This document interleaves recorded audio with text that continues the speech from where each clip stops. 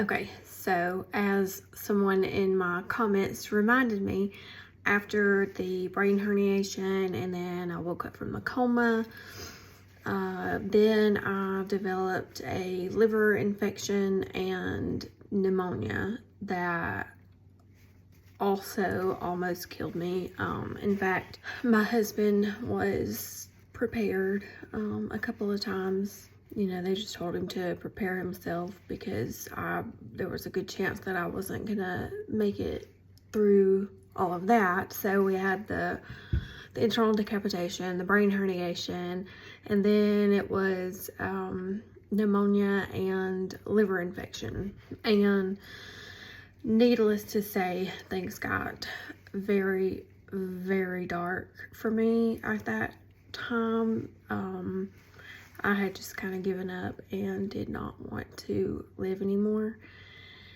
And my amazing nurse, Stacy, she said at some point, she said, I tell you what, when you get off this ventilator, I'm gonna take you up to the helipad and we're gonna watch a sunset. And that was her in that moment, just seeing me as a person in need of compassion and understanding. And anyways, I don't know how much longer after that it was before I finally did get off the ventilator, but once I did, she kept her promise, and she and another nurse, Haley, and one of my respiratory therapists, Connie, spent like an hour and a half getting me transferred over into this chair so that they could take me up to the helipad and watch the sunset. And I ugly cried the whole time.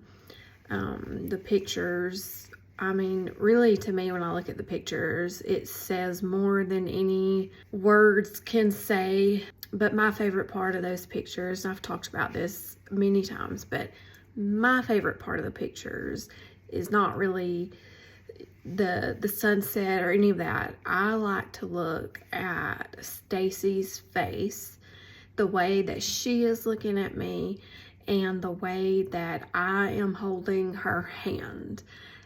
That is what I see when I look at these pictures. I trusted her implicitly.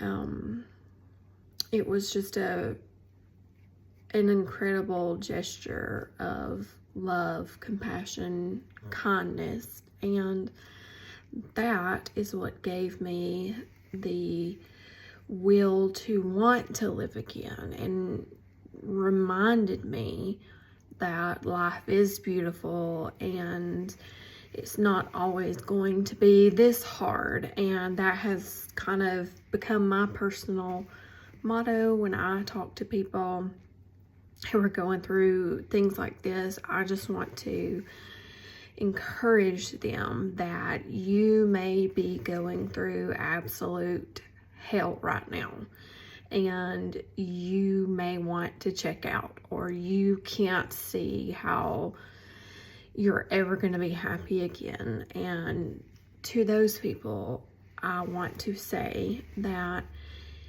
you may not know how long it's going to be until you have that good day again. It could be a week from now, or a year from now, or 5 years from now, but there will come a time where you will have a good day again. And when that day comes, you're going to look back on the hard days and you're going to be so glad that you are still here and that you stuck around. And the good things are going to be so much better than they were before. The little things, just your whole perspective changes. My whole perspective has changed, and I truly find happiness in just little things now. And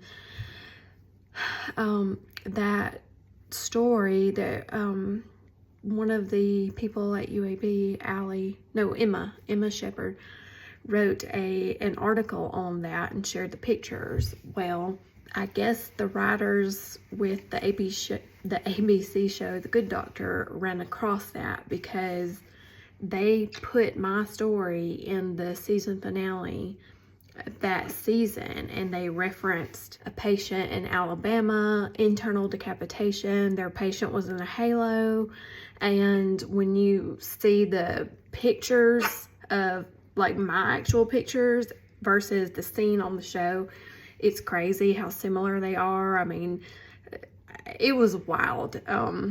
Bailey's fixing a fly, but it was surreal and wild, and there's this much petty in me that wanted to be like, you do realize that I lost my job, right? I also got denied disability. So it would have been nice if I could have benefited from that somehow, since they did use my story.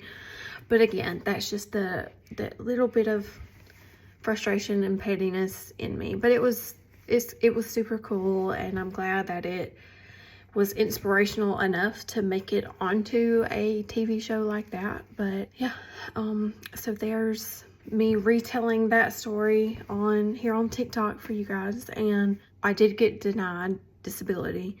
I'm currently going through the appeal process with a lawyer, but that always shocks people when they find out that I got denied my disability. And it is super frustrating because it's been 2.5 years now. I've got one kid in college, one kid about to start college. I need a vehicle because my youngest is getting my vehicle, and I don't have any income. So, well, I do have some. I mean, I make like a couple $100 a month on YouTube. So I do have, a teeny tiny amount of income, but certainly nothing that has replaced the income that I lost when I had my accident. But anyways, yeah, okay, bye.